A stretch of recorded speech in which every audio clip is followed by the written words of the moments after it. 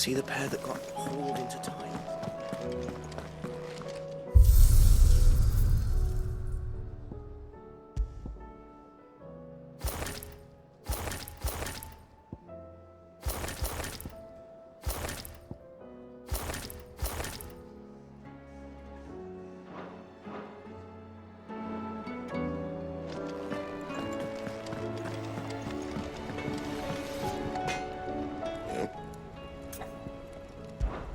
So, what'll it be? Not bad, if I do say so myself.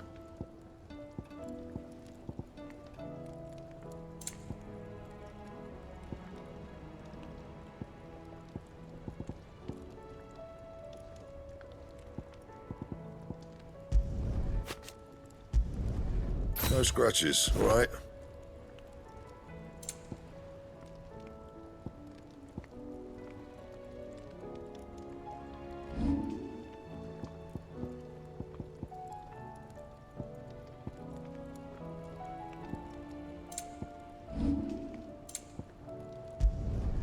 Should last you a good while.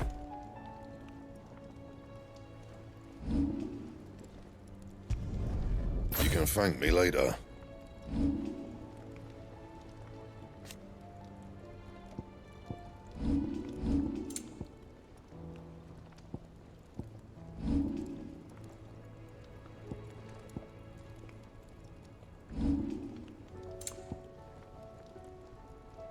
And?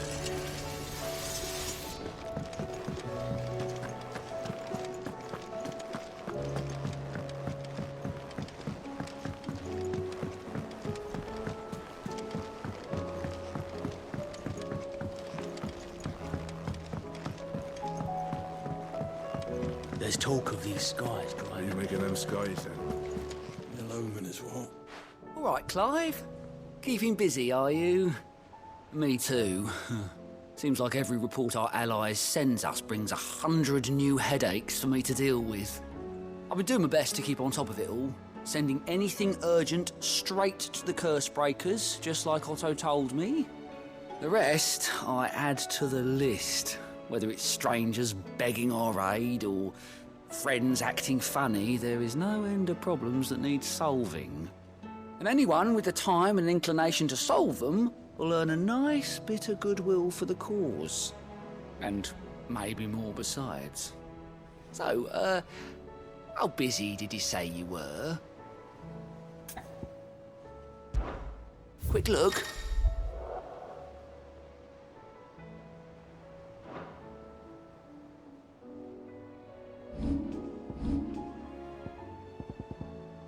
Seen enough?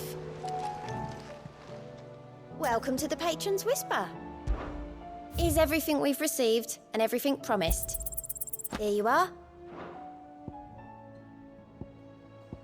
Come again. I may have more for you. Otto, how fares the realm? The realm? Oh, she's just fine. As long as you look past the fat storms out mother crystals and her skies are a roiling cesspit. And Gav? He's with your uncle in the Free Cities, helping Mid with her project. Sent an owl their way the moment the winds turned foul. Still waiting on a reply, though. Do you have any good news? Well, that depends on your definition of good. All right, fine. What do you suggest we do? Oh, no, I'm just a messenger. I'll leave the scheming to those more suited to the task. Could be that Lady Vivian and Old Tomes have their own thoughts on the current state of things.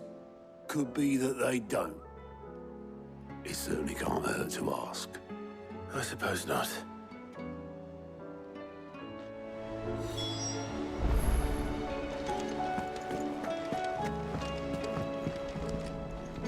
How is it that every one of your little excursions presages some inexplicable catastrophe?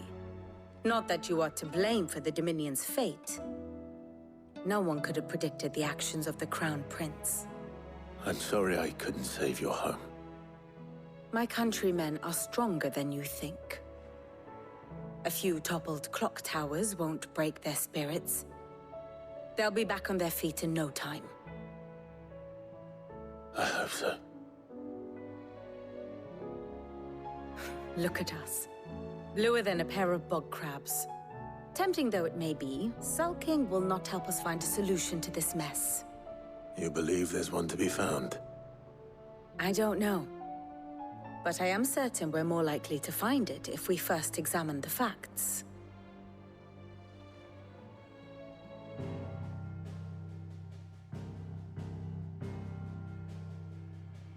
Beneath these darkened skies, fear and confusion reign over Valisthea.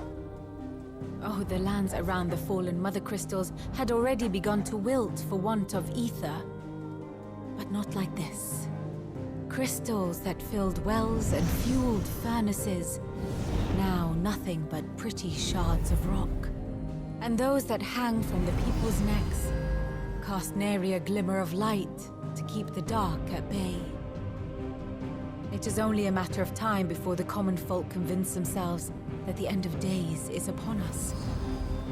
Yet I fear a swift end is more than we can hope for. While most of the world thirsts for ether, the remainder drowns in it, spawning Akashic in droves. And amidst the hordes of mindless beasts, with magics as like to fail as function, even the strongest nation would falter. Rosaria and the Iron Kingdom teeter on the brink of collapse, while the tragedy in Twinside has all but paralyzed the Holy Empire. Dhalmekia fares little better. Rumor has it the ministers fled the capital after the fall of Drake's Fang, leaving their beloved republic to crumble. Waloed, meanwhile, moves in earnest. The Einherjar has been sighted off-storm. The world, in short, is in chaos. It would seem our civilization was nothing but a castle of sand, to be washed away at the whim of the waves.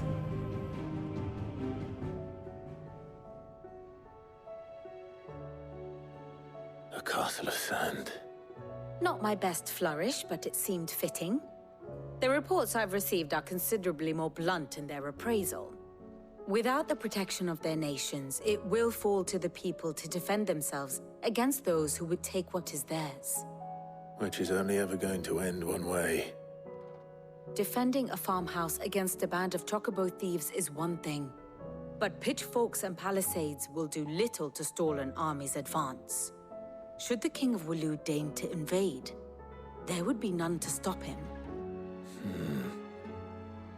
None but us.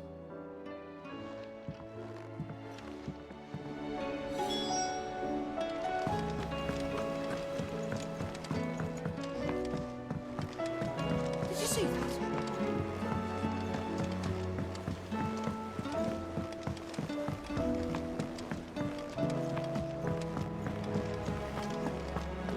Seems that way.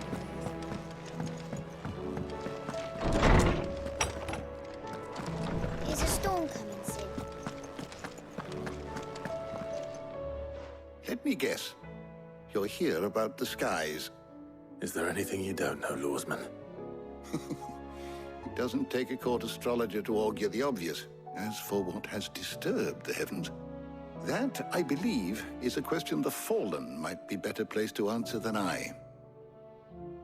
And on the 6th day did the gods tear the sun from the firmament, visiting darkness upon their prideful sons and daughters. But I dare say you remember your childhood lessons on the sins of Zemeckis only too well. You think they're connected? That Ultima was one of the gods responsible? Well, he has certainly exhibited powers that we mortals would associate with the divine. There is nothing divine about him. But he wouldn't be the first god of whom that could be said, now would he? Yet for all the fairy tales that tell of the sins, there is almost nothing in the way of actual historical accounts. Had I the Journal of Moss the Chronicler, I may have been able to tell you more, but alas, I fear all remaining copies have been lost to time. You will forgive me, I hope? Certainly not. Because there is nothing to forgive. Even without this journal, you've provided us ample wisdom. And we will always be grateful for it. Perhaps Otto will be more inclined to share his thoughts when he hears what the others had to say.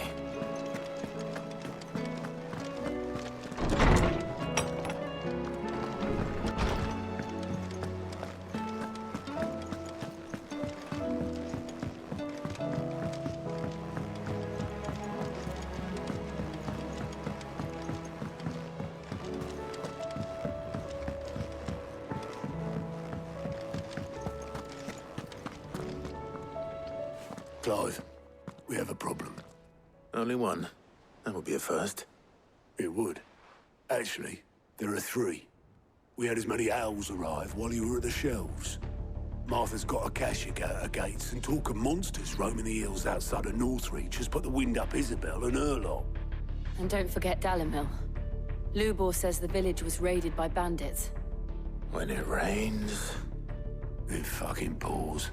The curse breakers are spread thin, taking stock of the damage in the Dominion.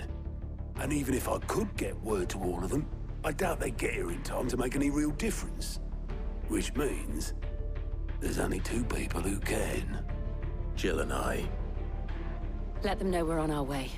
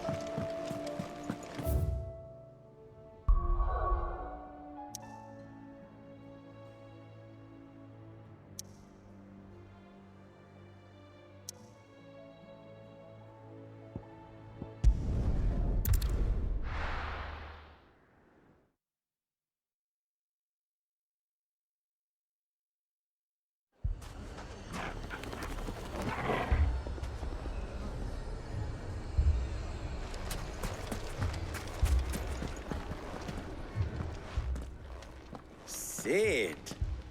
Your new companion appears much more formidable than your uncle. Should I be worried? You haven't been introduced. Jill, Clive has told me much about you. All lies, I'm sure. Your Stolas said that Dalimil has a bandit problem. Indeed. Although, you're a little late.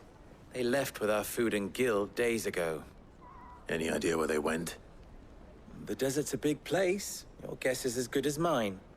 But the fact is, I have more immediate concerns. What did you say to me? What did you say? Ah, as if by magic. Let's just say we've yet to reach a consensus about how to solve Dalimil's little problem. And at this rate, it won't be the actions of the bandits which prove to be our undoing. It will be our own. I've tried reasoning with the dissenting parties, but even the Desert Hare has limits. Perhaps we could talk to them. What makes you think they'll listen to us? What makes you think they won't? She makes a fair point, Sid. And you won't have wasted much of your precious time if you fail. They're just across the courtyard.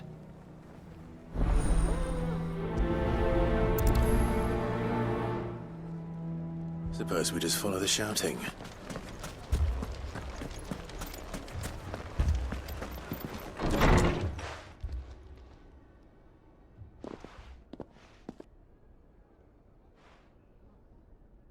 You wouldn't talk like that if it had been your men whose throats were slit.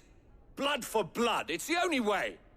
We hire mercenaries and have them mount the bandits' heads on our walls as a lesson to the rest. And what happens when those mercenaries are slaughtered like your men? Are you going to hire more? We're better off using that coin to buy food and supplies. If we hire mercenaries, the only thing we're buying is the bandits' ire. And you cannot fill empty bellies with that. Do you hear me? But what happens when they come back? Maybe it'll be your throat that's slit. That's enough. Both of you. Any more of this and I'll throw you out myself. Come back when you're ready to talk like adults.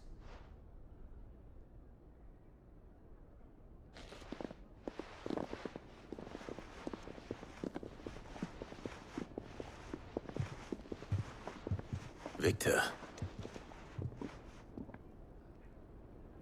What's he doing here? Sid. And Lady Jill. What brings you here? I was about to ask you the same thing. Costness is in chaos, and the markets have all but ceased to operate. The Briar's Kiss here in Dalimil is the only place I can reliably obtain supplies. I was here to do just that when Master Lubor told me of his troubles. He thought I might be able to talk some sense into these fools. But if you're here, I suppose his patience must be waning. Who are those people? Those were the thorns in Lubor's side. And the reason this place might be headed the same way as Costness. It's these accursed skies. The darkness is enough to drive a man to madness. Or an entire city, for that matter. We're still working on the skies. But in the meantime, perhaps we can find a solution to Dalimil's problems. I hope so. For all our sakes.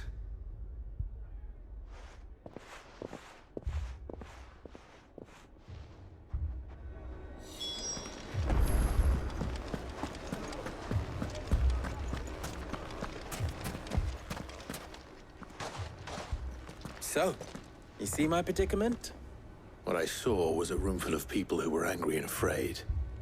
And with good reason by the sound of it. But if left to smolder, that anger and fear could set the entire town alight.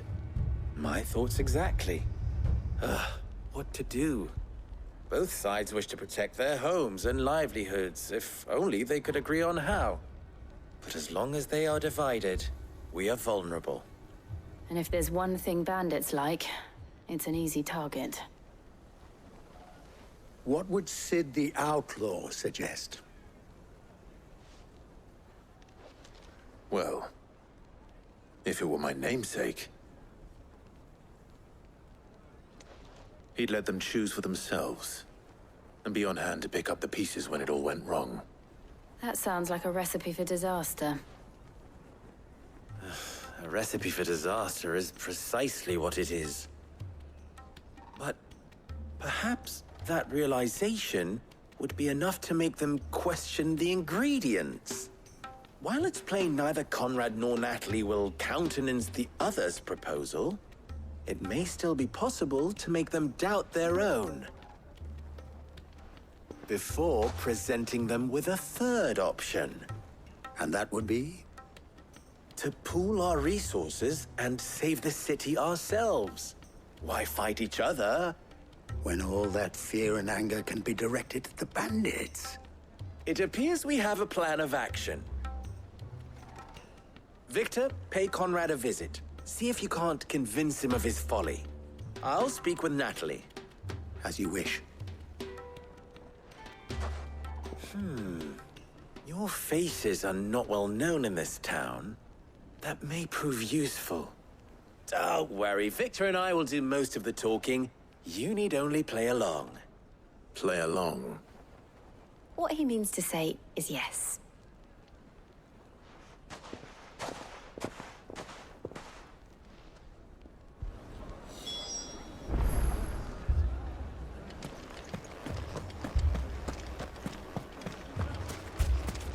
Picture it, Conrad.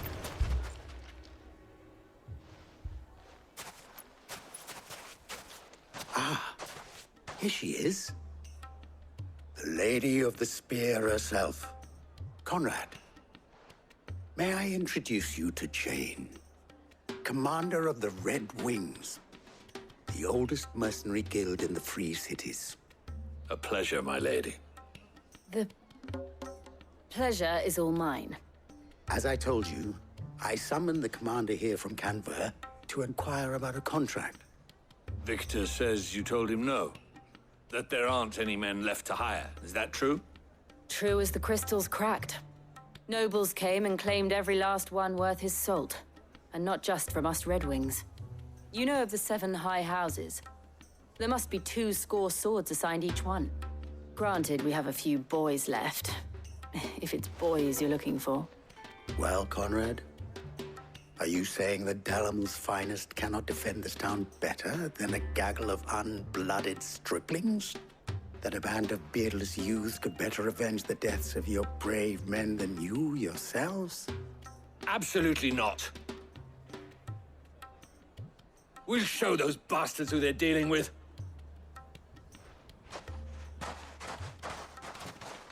I can't believe that actually worked. Conrad's not what you call the brightest candle in the crypt. And there's a reason why I had you do the talking and not Sid. Well played, my lady.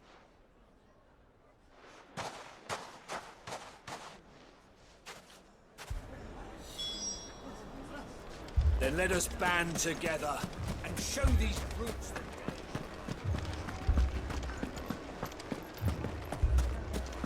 My shop? If I had my pickaxe, I would... I mean, it may still be possible to buy something. Ah, here he is now. Natalie, allow me to introduce Lord Underhill of Randalar's prestigious League of Merchants. Lord Underhill. At your service. Underhill? I was just telling the good lady of our conversation, my lord, and how you were lamenting the state of the capital's stores. Lubor says that not only are the granaries almost empty, but that war and the Blight mean this season's harvest won't be enough to fill them for winter. Indeed, certainly that is the case. The nobles in the capital are buying up the city's stocks of barley and wine, driving the prices higher than most commoners can afford. It is only a matter of time before the peasants revolt. It is worse than I thought. If what Lord Underhill says is true, I fear we have little hope of supplementing our stores, meager though they regrettably are. And while I applaud your endeavors to dissuade our more bellicose citizens from seeking vengeance, I sense Conrad is not wrong in his assessment of the bandits' likely return. Which means that now, more than ever, we will need to secure what little we still have. Food, weapons, herbs, everything. If our humble town is to endure not only this hardship, but those that are certain to follow, we must stand united. All right. If it will help to protect my home, I'll do it. But you needn't have gone through this charade.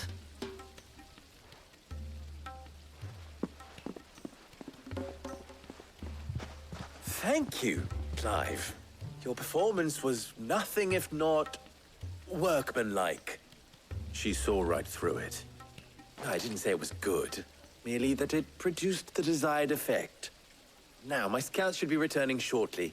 Meet me back at the Briar's Kiss, and we shall see what we face.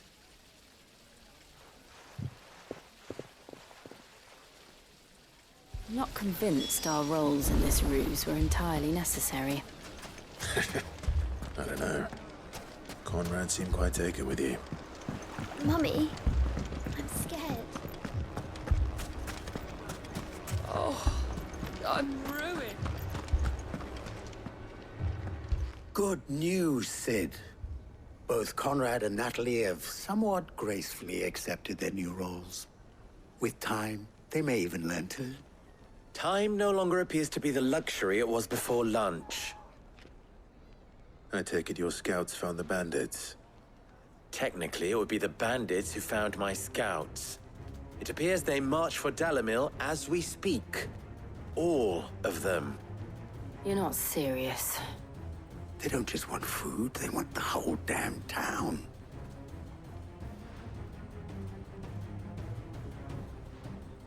I have a favor to ask.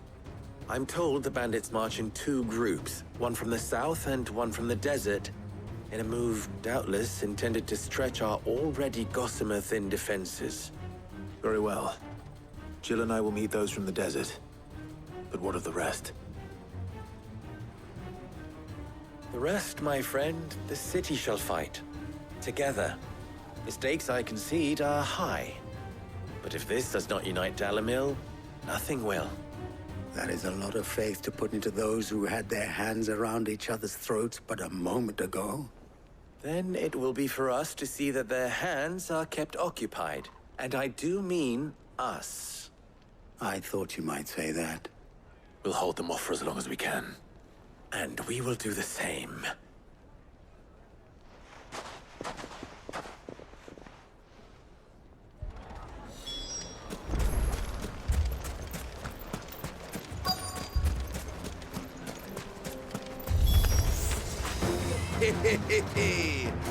The women folk have come to welcome us. I'll take that one. It's all yours.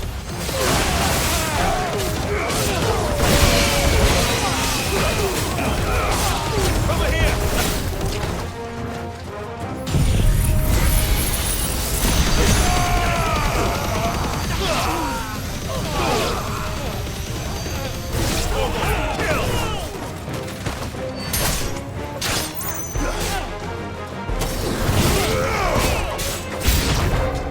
They mean to overwhelm us.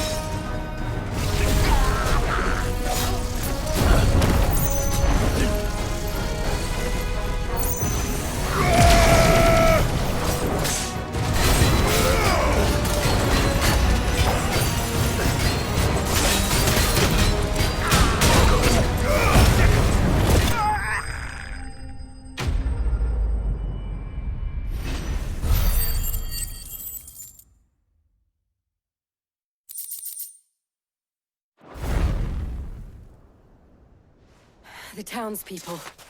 Could they have held out? I don't hear any fighting. What do you think?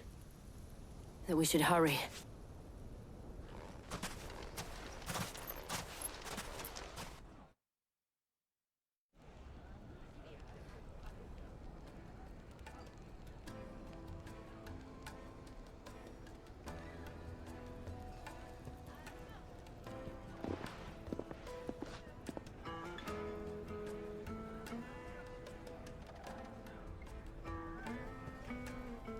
Natalie, I owe you an apology. You did well out there. The inn would have been lost had you not held the line. Without you, there would have been no line to hold. You saved us, Conrad. You saved Dalimil. We all saved Dalimil.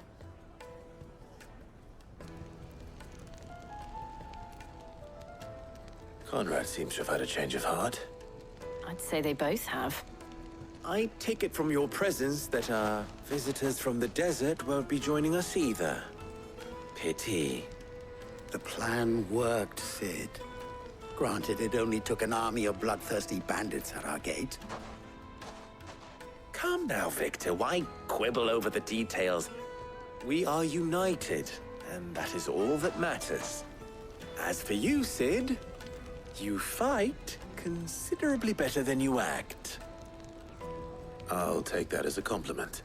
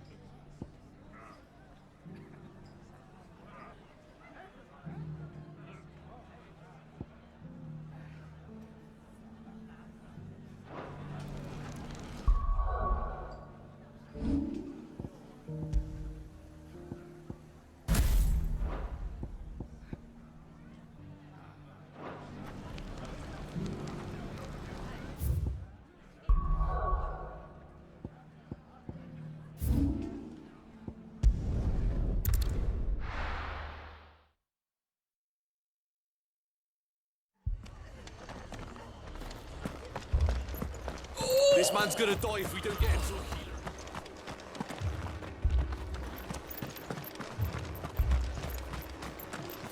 healer. Anything catch your eye?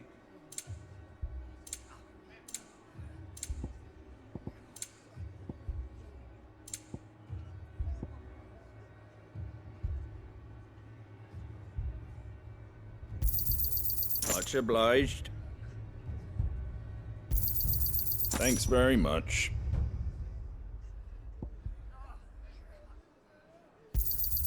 There you go. Thanks very much. Much obliged. Take care out there, eh?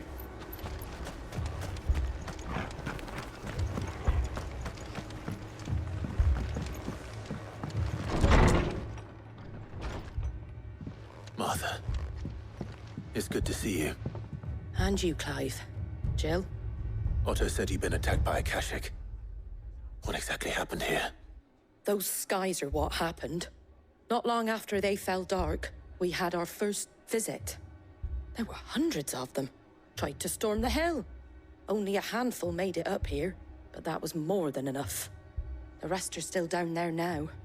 And while we have a few willing fighters holding them back, they're sorely outnumbered. What do you think, Clive? That we join the fight. I thought you'd never offer. Now, where I need you is the Fallen Gate. That's where the fighting is fiercest. Let the men know you've come to help. Something tells me they'll be pleased to see you. We're on our way.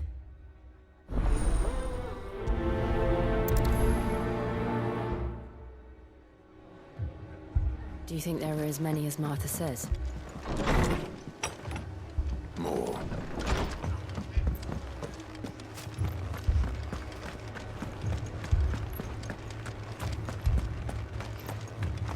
You don't think they've abandoned us, do you? Not here. Ready, go? Run like the wind.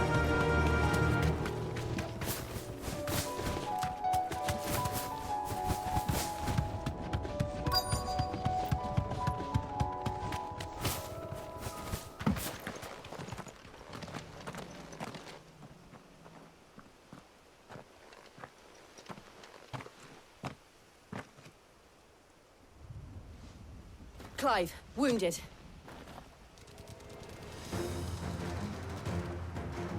We deal with the Akashic first.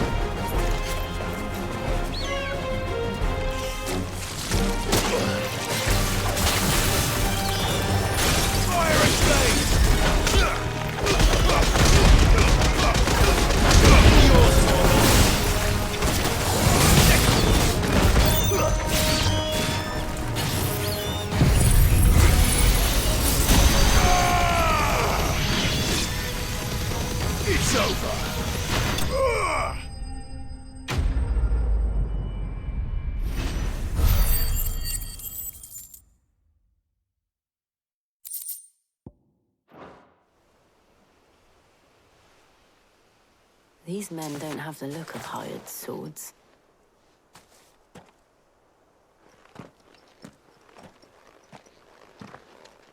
If you've come to rob this place,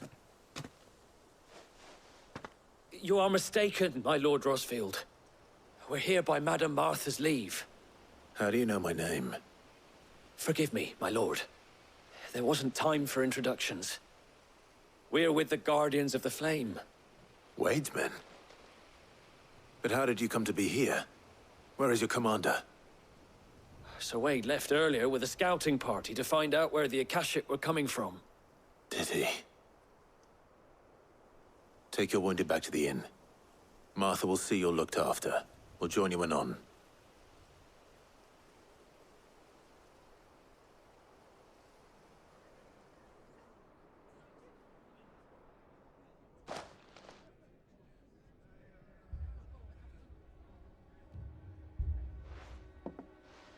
And to think you took them for thieves. A fine reward for holding off the horde, that is. When did Wade and his men arrive? Not long after Rosalith fell. The Guardians asked me to shelter some of them that had lost their homes. They were making ready to leave just as the skies turned, and we agreed it was best we stuck together. Martha! Trouble! The scouting party's almost at the lift, but they got a pack of Akashic snapping at their heels! And they got wounded with them! They're not gonna make it!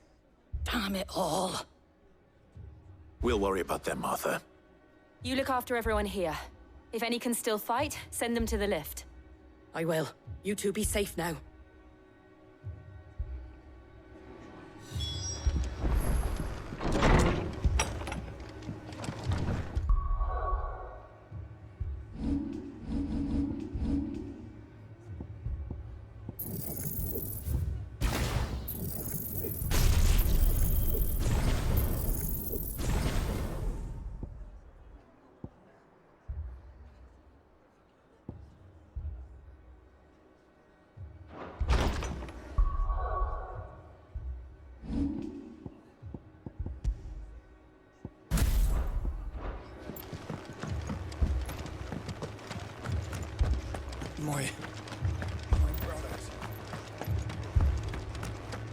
Mad dogs.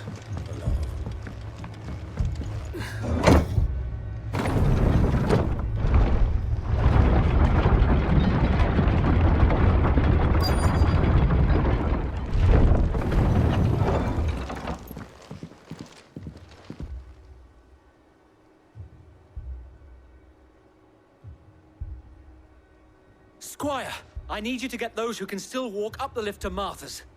But what about... I didn't ask, Oscar. Sir. Sir Wade. Lord Rosfield. If you aren't a sight for sore eyes. Martha seemed to think you might need some help. And by the looks of it... We thought we could sneak by them. But we didn't know there would be so many. How could we have?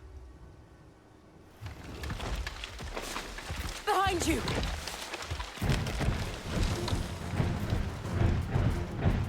Damn it! We need to get the injured to safety. Do you think we can hold them off? We can certainly try. Are you with us, Sir Wade? Always. Then let's do our duty.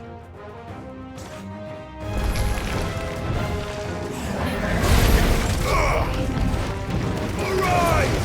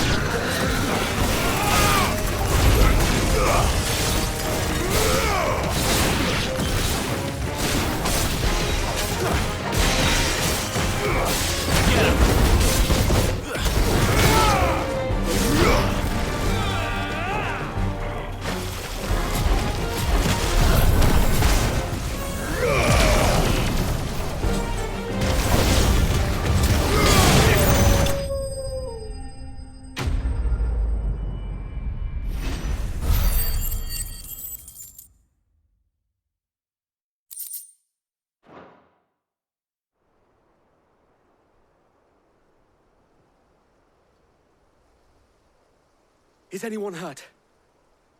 I don't think so. And yet again, you've pulled me from the flames. It's just a pity I keep walking into them. You've never been one to shy away from danger, Sir Wade. Like any shield worthy of the name. I see you're all in one piece. Martha! Is something wrong? The lookout saw smoke coming from down Eastpool way. Too thick to be a hearth. A second horde. Feel like finishing the job. Always. Jill and I will make for Eastpool. You'll need to move the injured without us. Don't you worry about them. The moment my men are safe, I'll follow. Good luck.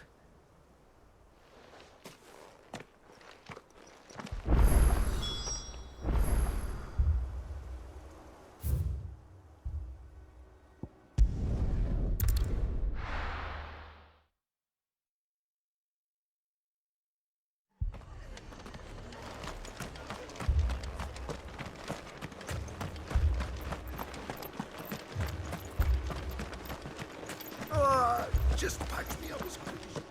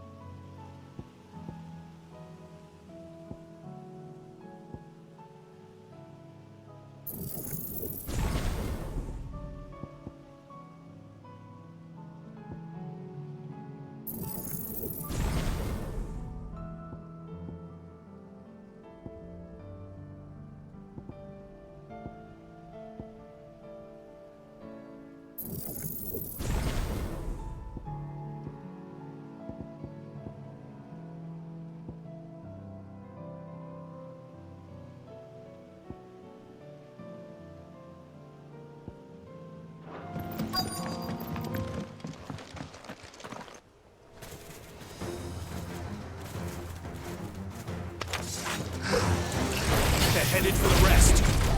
We have to slow them down. Martha and the others won't be ready.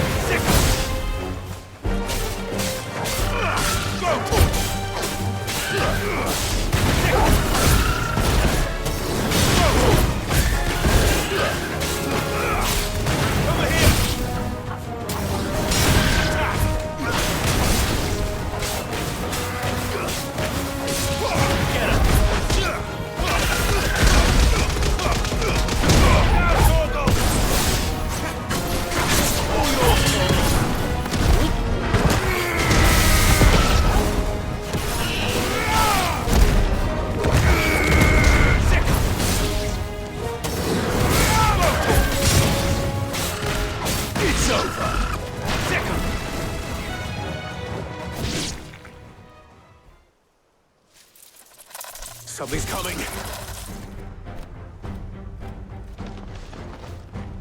Apologies, my lord. Did I miss anything? Only the first round, so wait. Shall we?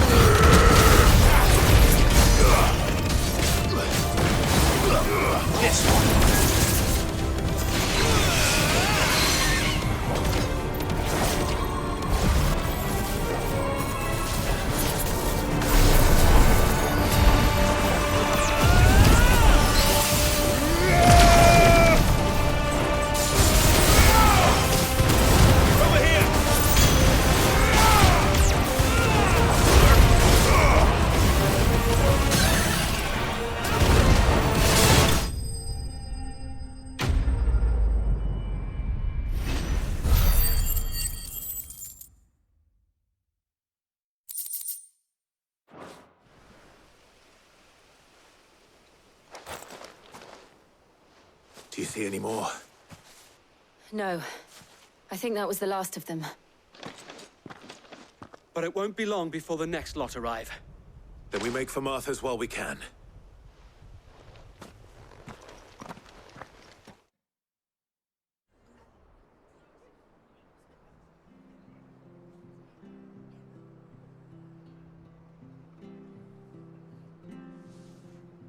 What did you find out there?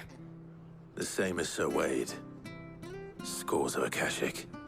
Well, wherever they came from, they're gone now. Our lookouts say the lowlands are clear. Hopefully we'll have enough time to lick our wounds. How many of your men were injured? A damn sight less than if you hadn't turned up. Thank you. It was a hard-fought victory. But as long as the skies remain dark, I fear the Akashic's numbers are only going to rise. It's not a matter of if the Horde will be back, but when. And whether that's sooner or later, we'll need to be ready. The inn here affords a good view of the land, and is easily defendable. I'd like to make this one of our outposts. What do you say, Martha? You'd have more men to guard the rest. Well, when you put it like that, of course they can stay.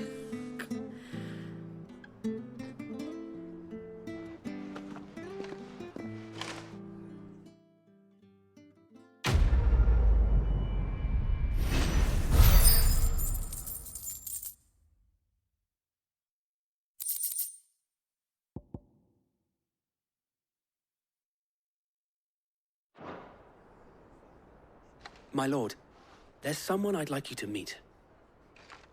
Oscar, over here.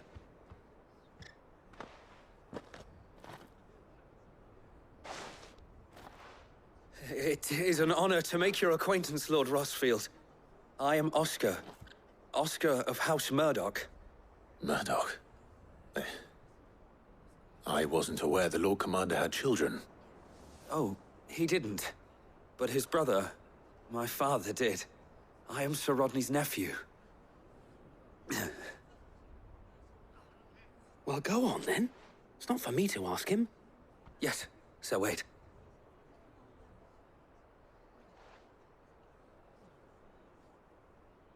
If it please you, my Lord Marquis, might you take me as your squire? I would learn the duties of a shield from the finest. I'm sorry to disappoint you, Oscar, but I'm a shield no longer. Nor was I ever the finest. And spending time in the company of an outlaw hardly seems a fitting education for one aspiring to take his oaths. My Aunt Hannah once told me that a man is not defined by his title, but what he does in its name. You have accomplished much since taking on the mantle of Cid, winning no little honor in so doing. And I would sooner serve under an honorable outlaw than an unworthy shield. Not that Sir Wade and the other Guardians are... I mean to say that, they're... It's all right. We know what you mean. There is only so much the boy can learn from me, my lord. But a squire... Would that really be so bad? You were a squire once. And I'm certain Sir Rodney would approve.